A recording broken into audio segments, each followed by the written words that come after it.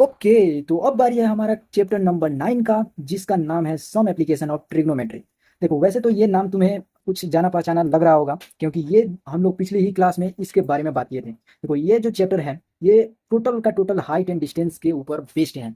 तो इसलिए हम लोग इस चैप्टर को हाइट एंड डिस्टेंस के नाम से भी जानते हैं, क्योंकि इसके सारे के सारे क्वेश्चंस जो हैं वो सारे के सारे क्वेश्चंस या तो हाइट के बेस पे है या तो डिस्टेंस का बेस पे है। यानी इनके सारे क्वेश्चंस में या तो हाइट पूछा जाएगा या फिर डिस्टेंस पूछा जाएगा। तो देखो, इसे जानने से पहले इसके थ्योरी पार्ट पे आओ जरा नजर डालते हैं। देखो, हम लोगों ने पिछली वीडियो में या फिर पिछले इंट्रोडक्शन वीडियो में बात किया था ट्रिग्नोमेट्रिक रेशियो के बारे में। तो देखो, ये जो ट्रिग्नोमेट्रिक रेशियो है उसी का यूज हम लोग इस चैप्टर में करने वाले हैं। तो ये ट्रिग्नोमेट्री का जो चैप्टर हम लोग पिछली क्लास में पढ़े थे उसका यूज इसमें कुछ नए तरीके। यहाँ देखो, यहाँ पे हमें एक सिचुएशन दिया हुआ है। इस सिचुएशन को समझने से पहले हम लोग एक और सिचुएशन को समझ लेते हैं, ताकि ये चीज समझने में आसानी हो जाए। तो वो कौन सा सिचुएशन है, देखो जरा। मान लो जैसे कि ये हमारा एक स्टूडेंट है, ठीक है सर, मान लिए। और यहाँ पे ये बच्चा हमारा पिरामिड देखने गया है। ये हमारा पिरामिड है और ये बच्चा इस पिरामिड को देखने गया है, ठीक है सर, मान लिए। अब ये जो है इसका टॉप को देखता है यहाँ से यहाँ, ठीक है। और एक्चुअल में अगर ये बच्चा देखना चाहे तो यहाँ से ये डायरेक्ट इतना को देखेगा, ठीक है। अगर ये बिल्कुल सामने देखेगा तो उसका जो हाइट होगा वो यहाँ तक देखेगा, मान लेते हैं, ठीक है। तो ये जो लाइन है इसे हम लोग हॉरिजेंटल बोलेंगे, ठीक है। और हॉरिजेंटल तुम्हें दिख रहा है, ये लाइन है। जो भी लाइन लेटर दिखे वो हॉरिजेंटल कहलाता है, ठीक है। और ये जो लेवल है ये हॉरिजेंटल लेवल कहलाएगा, ठीक है। और ये जो बच्चा इसके टॉप को देख रहा है, इस पिरामिड के टॉप को देख रहा है, तो उसे अपना सर को ऊपर की तरफ उठाना पड़ रहा है, ठीक है। और ये जब ऊपर उठा के देख रहा है तो यहाँ से देखो, यहाँ से लेकर यहाँ तक एक एंगल बन रहा है, ये वाला एंगल। और ये जो एंगल है ये इस लाइन और इस लाइन को मिलकर बना है। सबसे पहले तो ये जो बच्चा है इसे हम लोग ऑब्जर्वर बोलेंगे, ठीक है। और ऑब्जर्वर, और ये रहा हमारा ऑब्जेक्ट, ठीक है। और इस ऑब्जेक्ट को हमारा ऑब्जर्वर देख रहा है, ठीक है। तो ऑब्जर्वर और ऑब्जेक्ट के बीच में जो लाइन कनेक्ट करता है उस लाइन को हम लोग बोलते हैं लाइन ऑफ साइट, ठीक है। लाइन ऑफ साइट बोलेंगे। और यही लाइन ऑफ साइट और हॉरिजॉन्टल के बीच में जब एंगल बनता है, और वो एंगल जब हॉरिजॉन्टल लेवल से ऊपर होता है, तो उसे हम लोग बोलते हैं एंगल ऑफ एलिवेशन। ये बात क्लियर है? तो देखो जरा, ये सिचुएशन समझ लिए हम लोग, ये टोटल का टोटल चीज। तो ये मान लो ये जो बच्चा हमारा है ये मीनार को देख रहा है, ये कुतुब मीनार है, और उसको उसके टॉप को देख रहा है। तो ये हमारा ऑब्जर्वर और ये हमारा ऑब्जेक्ट हो जाएगा। जब ऑब्जर्वर और ऑब्जेक्ट दोनों के बीच में वर्चुअल लाइन जब कनेक्ट करता है तो उस लाइन को हम लोग क्या बोलते हैं, लाइन ऑफ साइट बोलते हैं, ठीक है। और ये हमारा हॉरिजॉन्टल लाइन है, ठीक है। और ये हॉरिजॉन्टल और लाइन ऑफ साइट के बीच में एंगल बन रहा है, इस एंगल को हम लोग क्या बोलेंगे, तो एंगल ऑफ एलिवेशन। बिल्कुल सही बात है। अब देखो, यहाँ से इतना दूर जो है वो हाइट है हमारा स्टूडेंट का। ये दोनों जो हाइट होगा यहाँ से लेकर यहाँ तक, ये हमारे स्टूडेंट के हाइट के इक्वल होगा, ठीक है।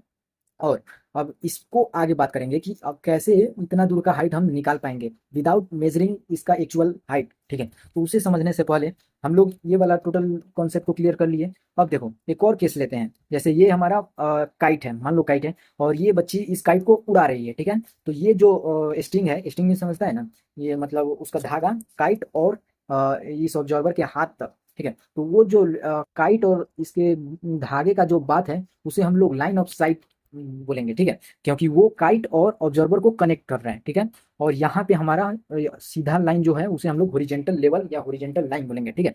और यहाँ पे हमारा एक एंगल बन रहा है, और यह बच्ची उस मतलब एंगल उस ऑब्जेक्ट को देखने के लिए अपना सर को उठाती है, तब जाकर हमारा एंगल ऑफ एलिवेशन बनता है। कहने का मतलब यह है कि जब कभी भी हम लोग अपना हेड को ऊपर उठाकर किसी ऑब्जेक्ट को देखेंगे तब उस एंगल को हम लोग एंगल ऑफ एलिवेशन बोलेंगे। ये बात क्लियर है? अब आओ दूसरा सिचुएशन को कंसीडर करते हैं। दूसरा सिचुएशन को कैसे, उस सिचुएशन को कंसीडर करने से पहले इस फिगर को ध्यान से देखो। ये फिगर क्या है, एक बच्ची है, ये अपने बालकोनी में खड़ी है, ठीक है। यहाँ पे एक बच्ची सीटिंग कर रही है अपने बालकोनी में, और वो यहाँ पे एक टेम्पल है, ठीक है। यहाँ पे तुम्हें क्वेश्चन सिचुएशन में दिया गया है कि उस टेम्पल के स्टेयर्स, सीढ़ी के पास जो है एक फ्लावर पॉट को रखा गया है। वो बच्ची उस फ्लावर पॉट को देख रही है। तो मैंने तुम्हें क्या बताया था, जब कभी भी ऑब्जर्वर और ऑब्जेक्ट को लाइन ड्राइंग करेगा तो उसे हम लोग कौन सा लाइन बोलेंगे, तो लाइन ऑफ साइट बोलेंगे। सही बात है सर, बिल्कुल सही बात।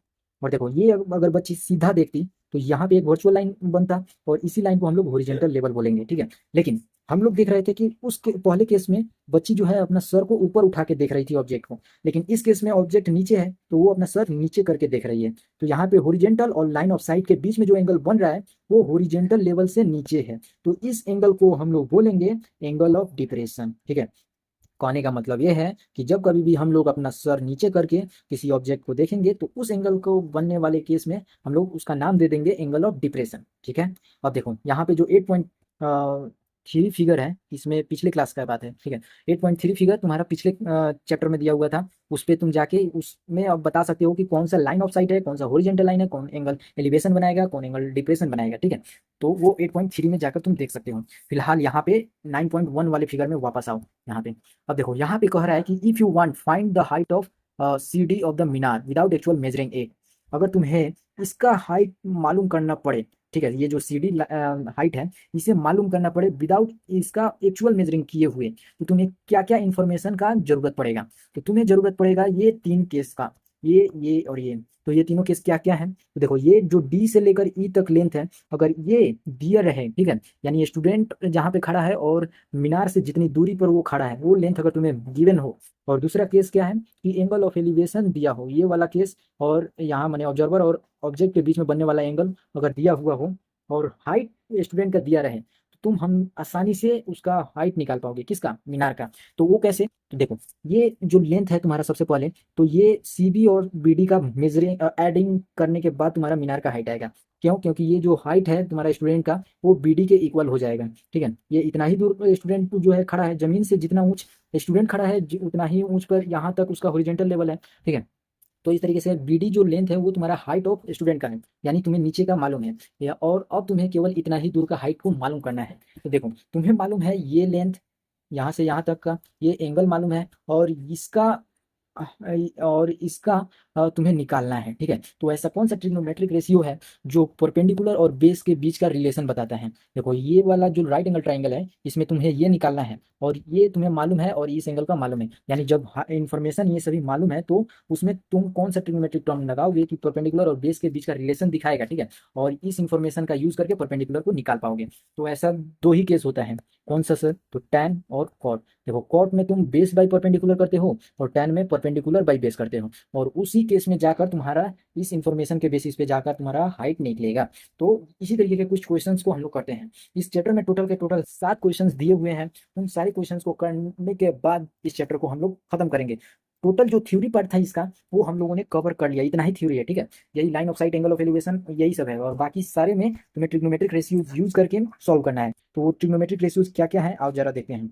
देखो यहाँ पे क्वेश्चन 1 जो है वो हमारा क्या कह रहा है, देखो यहाँ पे कह रहा है कि एक टावर है, ये जो AB हम लोग ले लिए हैं, ये हमारा टावर है। ठीक है।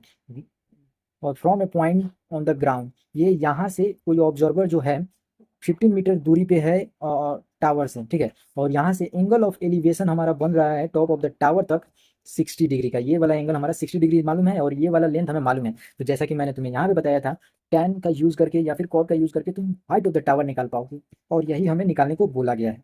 तो देखो tan 60 का इक्वल कर दोगे किसके, परपेंडिकुलर बाई बेस। तो यहाँ पे परपेंडिकुलर जो हमारा लेंथ है वो है AB, तो AB बाई BC कर दिए। यहाँ पे tan 60 का जो वैल्यू है वो हमारा √3 आता है, और AB हमें निकालना है और BC हमें गिवन है, तो ये वाला वैल्यू इधर आकर मल्टीप्लिकेशन में आ जाएगा, और यहीं पे हम लोग हाइट ऑफ टावर को लिख सकते हैं कि हमारा इतना हाइट होगा टावर का। ठीक है। ये क्वेश्चन नंबर 1 का सॉल्यूशन हो गया हमारा। क्वेश्चन नंबर 2 के लिए देखो क्या है।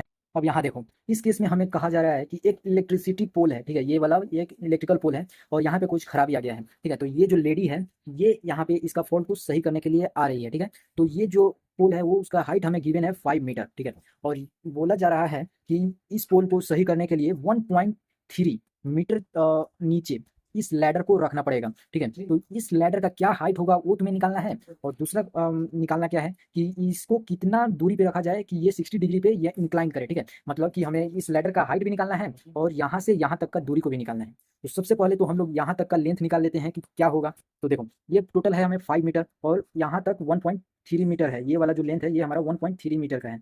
तो इसमें से अगर हम लोग इसको घटा दें तो हमारा 3.7 आ जा रहा है, और ये जो लेंथ है ये हमारा 3.7 मीटर निकल गया। ठीक है। तो देखो अगर हम लोग इसमें देखें तो ये वाला एंगल के अपोजिट, यानी ये परपेंडिकुलर हमें मालूम है, और हमें निकालना है कि इसका हाइट कितना होगा। तो देखो परपेंडिकुलर और हाइपोटेनस के बीच में रिलेशन बताने वाला 2 ट्रिग्नोमेट्रिक रेशियो है, पहला sin है, दूसरा कॉसेक है। तो हम लोग इसमें यूज करने वाले हैं sin 60 को। ठीक है। तो sin 60 का यूज करेंगे तो ये वैल्यू बाई ये वाला वैल्यू हो जाएगा, जो कि हम लोग यहाँ पे देख रहे हैं। तो 3.7 बाई BC, यानी ये वाला लेंथ हम लोग कर दिए। और sin 60 का वैल्यू हमारा आता है √3/2, ठीक है। तो जो BC का लेंथ है वो हमारा कुछ 4.28 अप्रोक्स आ जाएगा, ठीक है। और उसी तरीके से अगर हम लोग इस लैडर और इस पोल के बीच का लेंथ देखना चाहें तो उसके लिए हमें बेस और या तो परपेंडिकुलर या तो हाइपोटेनस के रिलेशन के देखना पड़ेगा।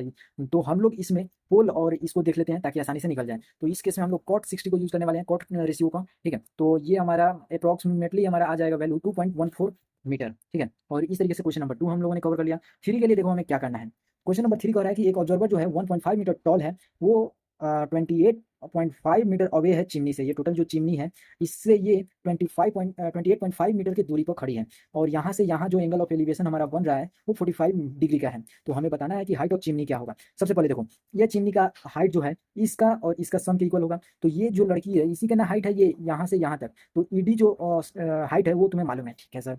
और देखो केवल हमें निकालना ये वाला वैल्यू होगा। ये वाला वैल्यू तुम्हें मालूम है 28.5 मीटर, ठीक है। तो ये वाला वैल्यू और ये वाला वैल्यू के बीच का रिलेशन निकालकर ट्रिग्नोमेट्रिक रेशियो का यूज करना पड़ेगा। तो ये एंगल के अपोजिट वाला साइड को हम लोग परपेंडिकुलर बोलते हैं और लॉन्गेस्ट साइड को हम लोग हाइपोटेनस बोलते हैं। फिलहाल हाइपोटेनस का कोई काम नहीं है, यहाँ पे परपेंडिकुलर और बेस के बीच का रिलेशन बताने वाला ट्रिग्नोमेट्रिक रेशियो का यूज करने वाले हैं। तो वो हम लोग टैन का यूज करेंगे। टैन का यूज करने के बाद जो हमारा ए का लेंथ है वो हमारा आ गया 28.5। अब ये देखो, ये यहाँ से यहाँ तक तुम्हें मालूम चल गया 28.5 और यहाँ से यहाँ तक तुम्हें ऑब्जर्वर का हाइट गिवन है। तो वो ही हाइट तुम्हारा यहाँ से यहाँ तक का इक्वल हो जाएगा। तो 1.5 और 28.5 ये टोटल को अगर जोड़ दे तो हमारा हाइट ऑफ चिमनी निकल जाएगा जो कि 30 मीटर हो जाएगा। क्वेश्चन नंबर 4 को देखो क्या कह रहा है। क्वेश्चन नंबर 4 हमारा कह रहा है कि पी पॉइंट से एंगल ऑफ एलिवेशन जो है वो top of the building 30 metre का बना रहा है। ये यहाँ से यहाँ जो एंगल हमारा बन रहा है वो हमारा 30 डिग्री का हो रहा है, ठीक है। और वहीं पे एक उस बिल्डिंग पे एक झंडा जो है फहर रहा है। ये जो फ्लैग है वो उस बिल्डिंग के टॉप पे है और उस के टॉप पे, यानी ये जो फ्लैग है उसके टॉप पे ये ऑब्जर्वर जब देख रहा है, इस पॉइंट से देखा जा रहा है, तो अब जो एंगल ऑफ एलिवेशन हमारा बन रहा है वो 45 डिग्री का मेजरमेंट का है, ठीक है। तो हमें बताना है कि लेंथ ऑफ फ्लैग स्टाफ कितना होगा। ये जो यहाँ से यहाँ तक का हाइट है यही हमें निकालना है। और दूसरा चीज़ क्या है कि distance of the building from the point P, यहाँ से यहाँ तक का दूरी भी हमें बताना है कि क्या होगा। तो सबसे पहले तो हमें गिवन क्या है वो लिख लेते हैं। तो सबसे पहले हमें गिवन है बिल्डिंग का हाइट, ठीक है। तो ये जो बिल्डिंग है, एक मिनट, हाँ ये 10 मीटर का बिल्डिंग है, ये 10 मीटर का है, ठीक है। और ये वैल्यू जो है 30 डिग्री दिया हुआ है और ये तुम्हें मालूम नहीं है। तो ये तुम्हारा परपेंडिकुलर और बेस, अगर परपेंडिकुलर और बेस वाला आइडेंटिटी या फिर ट्रिग्नोमेट्रिक रेशियो यूज करेंगे तो यहाँ से हमारा बेस निकल जाएगा। और ये बेस हमें निकालने को बोला गया है कि कितना दूरी पर पॉइंट पी है बिल्डिंग से। तो ये देखो tan 30 इस केस में हमारा लगेगा क्योंकि यहाँ से यहाँ तक का जो एंगल का मेजरमेंट है वो हमारा 30 डिग्री का है, ठीक है। तो जब हम लोग इसका मेजरमेंट देखें तो वो हमारा tan√3 निकल गया। अब देखो इस का लेंथ का यूज करेंगे अब टोटल बड़ा वाला राइट एंगल ट्राइंगल में। ये टोटल एंगल हमारा 45 डिग्री बना रहा है। तो ये वाला हाइट का सम इसके साथ अगर करें तो ये टोटल बन जाएगा हमारा, ये इसका 10 मीटर हमें गिवन है। तो 10 मीटर प्लस इसका हाइट अगर हम लोग x मान लेते हैं तो उसका उसके बाई में अगर इस लेंथ को हम लोग करेंगे तो tan का रेशियो हमारा बन जाएगा। और tan 45 का यूज करके x का वैल्यू हम लोग अंत में निकाल लेंगे जो कि हमारा 7.32 मीटर का हो जाएगा।